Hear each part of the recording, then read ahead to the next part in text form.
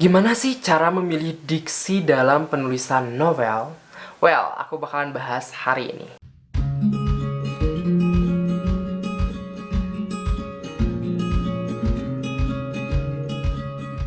Video ini dipersembahkan oleh penerbit Ujward Media. Mari bergaya dengan karya. Selamat datang di channel Menjadi Penulis, channelnya calon para penulis. Teman-teman, sesuai yang kita ketahui bahwa diksi ini sangat-sangat penting gitu. Orang-orang bisa terpana, bisa terpikat dengan cerita kita gara-gara diksi yang kita pilih gitu loh. Namun, kita kadang-kadang gak ngeh gitu bahwa diksi itu penting gitu.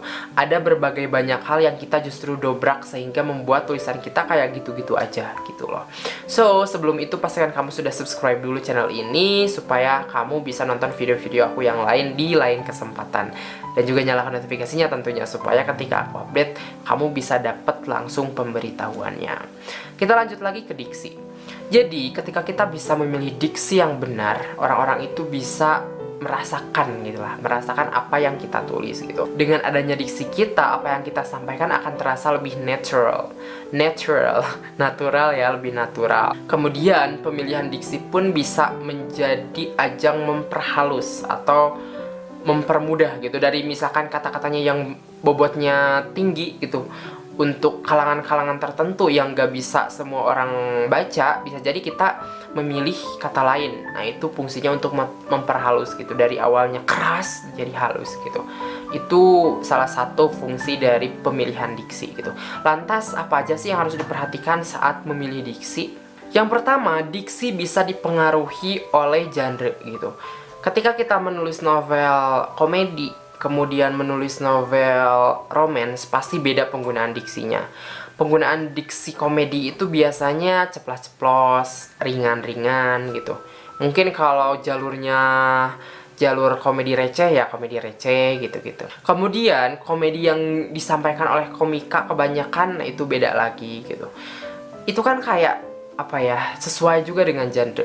Kemudian kalau misalkan horor, nah horor pasti beda lagi gitu. Biasanya horor itu kata-katanya lebih misterius, lebih yang mencekam, menggunakan kata-katanya itu yang gelap-gelap biasanya gitu. Sementara yang komedi itu yang ringan-ringan, yang santai-santai, yang bright gitu. Biasanya kayak gitu, karena itu kan termasuk pemilihan diksi gitu, sesuai dengan genre yang kita pilih gitu. Meskipun kadangkala kita bisa menyatukan berbagai genre. Oh oke, genre komedi sama horor komedi ada ya ada gitu. Nah, di sana tugas kita sebagai penulis supaya bisa memilih diksi yang sesuai gitu. Gimana sih supaya horor bisa nyatu dengan komedi? Nah, ini di pemilihan diksi. Jadi usahakan ketika genre beda, ya kamu harus mempelajari genre itu. Oh, genre ini itu biasanya kayak gini, tekniknya itu kayak gini. Karena teknik penulisan genre horor sama genre komedi beda. Kalau aku belajar komedi itu kan dari komik ya, dari stand up komedi. Ada beberapa hal yang bisa diambil dari stand up komedi dimasukkan ke tulisan kita untuk novel gitu. Dan itu kalau menurut aku yang beda dengan horor gitu loh.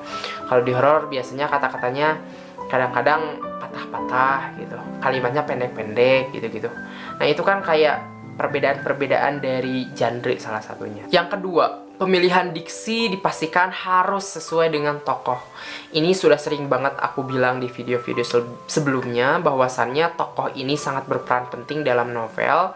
Jadi ketika kamu punya dua tokoh, satu orang Jakarta dengan suku Betawi dan satu orang Garut dengan suku Sunda, ya tentu cara ngomongnya pasti beda. Nah, disinilah fungsi dari pemilihan kata atau pemilihan diksi.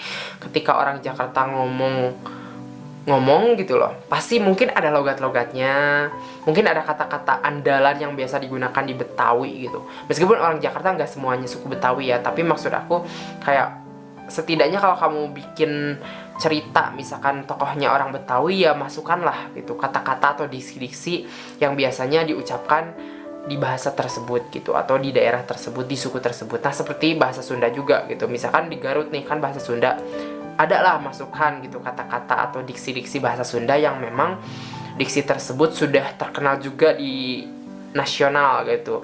Kayak misalkan mah, tah, karena itu. Terus kayak misalkan atuh, yang kayak gitu, neng, kang, gitu kan udah kayak umum gitu. Kita bisa masukkan juga gitu. Yang ketiga, diksi juga bisa berpengaruh karena setting. Oke, setting. Ketika kamu menulis dengan setting di Prancis misalkan, atau setting di luar negeri, kayaknya kurang cocok kalau kita pakai lo gue, karena lo gue itu identik dengan bahasa gaul di Jakarta di kita gitu loh.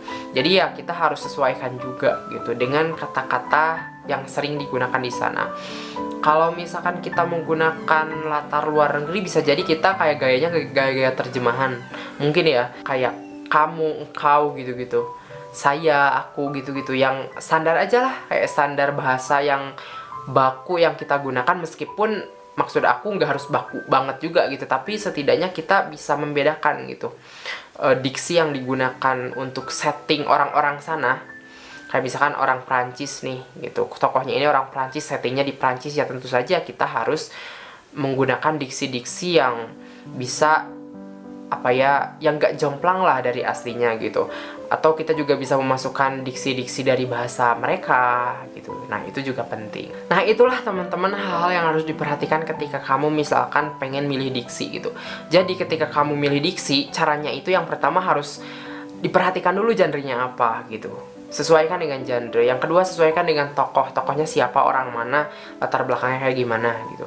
Yang ketiga, sesuaikan dengan setting gitu. Jangan sampai settingnya di sini bahasnya kayak gini gitu. Kalau berhubungan dengan diksi yang keren, diksi yang bisa membuat orang lain wah gitu loh, itu kembali lagi ke penulisnya, karena tiap penulis punya strategi masing-masing gitu. Terutama kalau menurut aku itu jam terbang juga. Tiap penulis pasti punya ciri khas dari pemilihan katanya, diksinya, dan lain sebagainya. Tapi yang barusan aku sebutkan ini berpengaruh juga sama diksi gitu.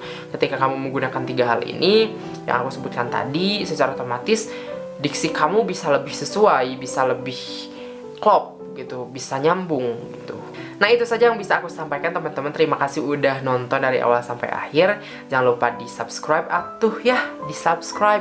Terusan dinyalakan juga loncengnya, karena supaya ada notifikasi ketika aku update video baru. Itu saja video aku kali ini. Terima kasih dan salam literasi.